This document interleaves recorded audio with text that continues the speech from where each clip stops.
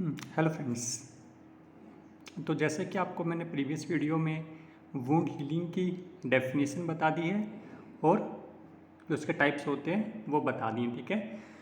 तो जो आज हमारा सेकंड लेक्चर जो है उसमें हम बात करेंगे what are the components of wound healing and what are the stages of wound healing, what are the factors affecting wound healing। तो डायरेक्टली चलते हैं कंपोनेंट्स ऑफ वुंड हीलिंग में, ठीक है। तो कंपोनेंट्स ऑफ वुंड हीलिंग की बात करें तो इसके जो वुंड हीलिंग के जो जो कंपोनेंट हैं वो स्टेज पे डिपेंड करते हैं कि वुंड हीलिंग की कौन सी स्टेज है। तो यूजली वुंड हीलिंग को हमने 3 स्टेज में डिवाइड किया हुआ है।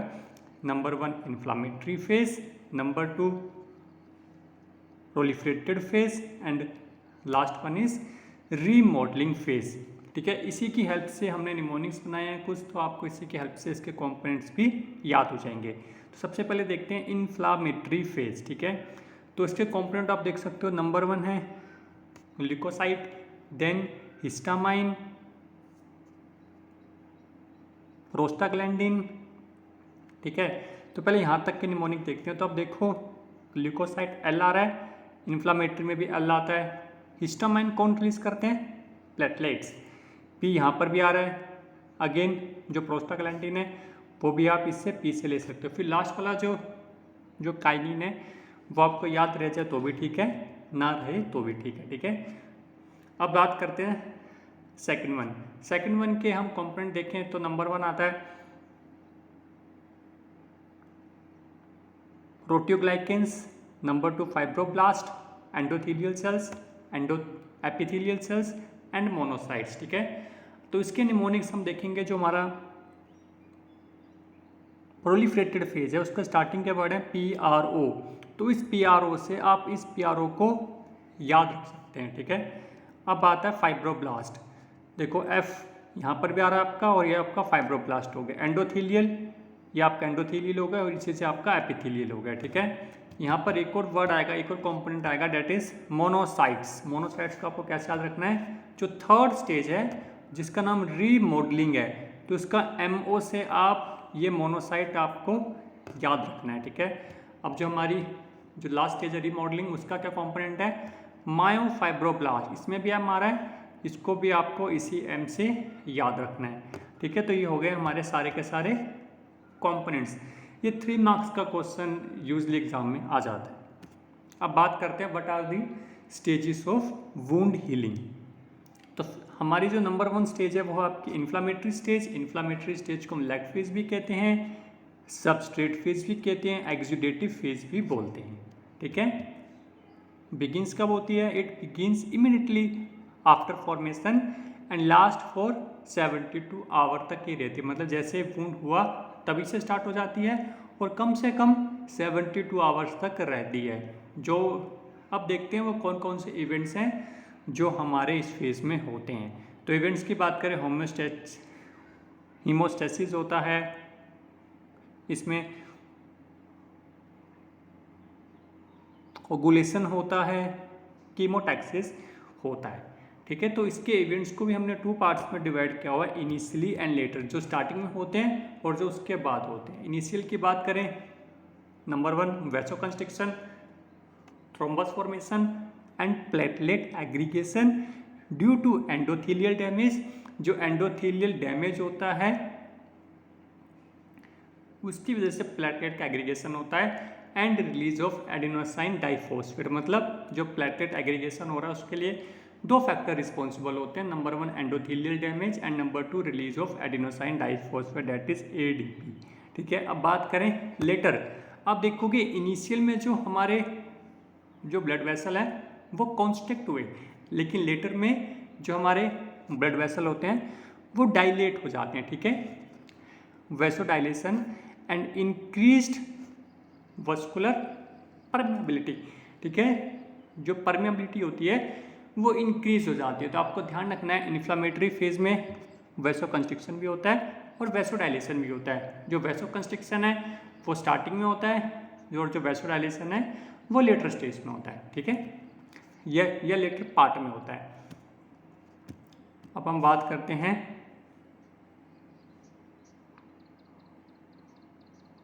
प्रोलिफरेटेड फेज की, ठीक है। तो इस फेज को हम फाइब्रोब्लास्टिक फेज भी कहते हैं या कोलेजन फेज भी कहते हैं। ये हमारी स्टार्ट होती है after third day, last for 3 to 6 weeks तक की हमारी स्टेज रहती है। इसमें हम इवेंट्स देखें तो इसके जो कुछ इंपॉर्टेंट इवेंट्स हैं जो हमने मार्क किए हैं, number 1 formation of granulation tissue and repair of wound. जो वुंड की रिपेयर है वो हमारी सेकंड स्टेज से स्टार्ट हो जाती है। ध्यान रखना है, रिपेयर ऑफ वुंड, जो हमारा घाव अब ठीक होगा उसकी रिपेयरिंग होगी, वो सेकंड फेज से हमारी स्टार्ट होती है। अब इसके भी जो इवेंट्स है उसको 2 पार्ट्स में डिवाइड किया हुआ है, number 1 initial, number 2 letter.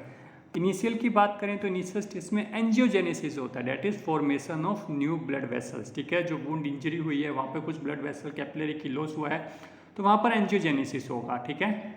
Letter की बात करें तो re-epithelialization of the wound surface, ठीक है। उसकी जो एपिथेलियल लेयर है वो डेवलप्ड होगी फिर से। इसी के बीच में फाइब्रोप्लेसिया होता है, ठीक है। तो इनिशियल में क्या हो गया आपका, एंजियोजेनेसिस हो गया, formation of new blood cell. Later की बात करें तो re-epithelialization of the wound surface, जो एपिथेलियल लेयर है वो दोबारा से आ जाएगी, ठीक है। ये हो गया आपके सेकेंड स्टेज में। अब बात करते हैं final stage, that is remodelling phase. Remodelling phase को हम मैचुरेशन फेज भी बोलते हैं, ठीक है। रीमॉडलिंग मैचुरेशन फेज ये हमारी 6 वीक से स्टार्ट होती है और last up to 6 month, usually 6 महीने तक रहती है यदि वुंड हमारा हल्का है, या 1 से 2 साल तक भी रह सकती है। यदि वुंड की डेप्थनेस सीवियरिटी ज़्यादा थी तो हमारा जो रीमॉडलिंग फेज है वो 1 से 2 साल तक भी रह सकता है। इसके इवेंट्स की बात करें तो इसमें एक सबसे इंपॉर्टेंट होता है, डेट इज मैचुरेशन ऑफ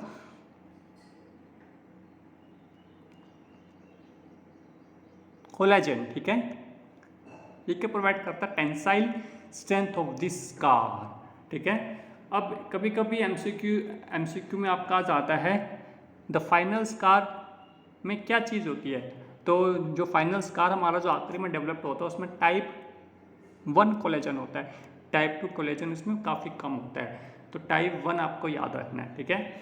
ये हो गया हमारा आखिरी last stage of the wound healing. इसमें आपको एक याद रखना है, मैचुरेशन, सब कुछ एम से आपको याद रखना है। रीमॉडलिंग में एम आ गया, यहाँ पर आपको मैंने मायोफाइब्रोब्लास्ट बताए थे, एम से आपका मैचुरेशन आ गया और एम से आपका मैचुरेशन अगेन आ गया, ठीक है। तो आपका एम से आपका थर्ड स्टेज क्लियर हो जाएगा।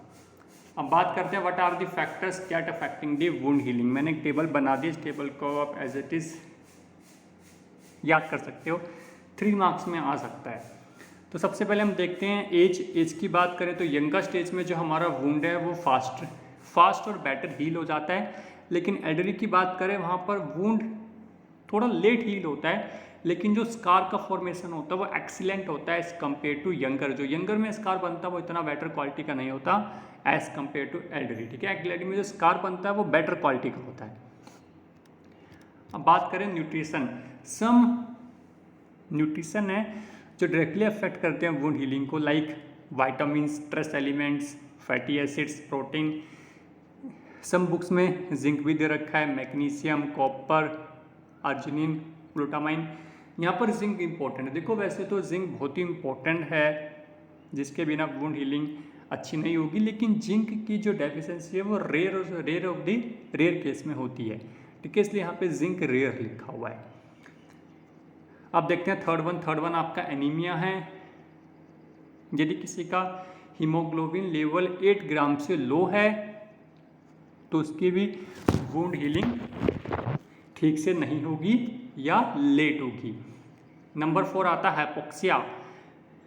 यदि ऑक्सीजन की डेफिशिएंसी है पर्टिकुलर सेल्स में, टिश्यूज में, तो फाइब्रोब्लास्ट का डेवलपमेंट या प्रोलिफरेशन नहीं होगा, कोलेजन का सिंथेसिस नहीं होगा, ठीक है। अब जो 5th वन है रेडियोथेरेपी।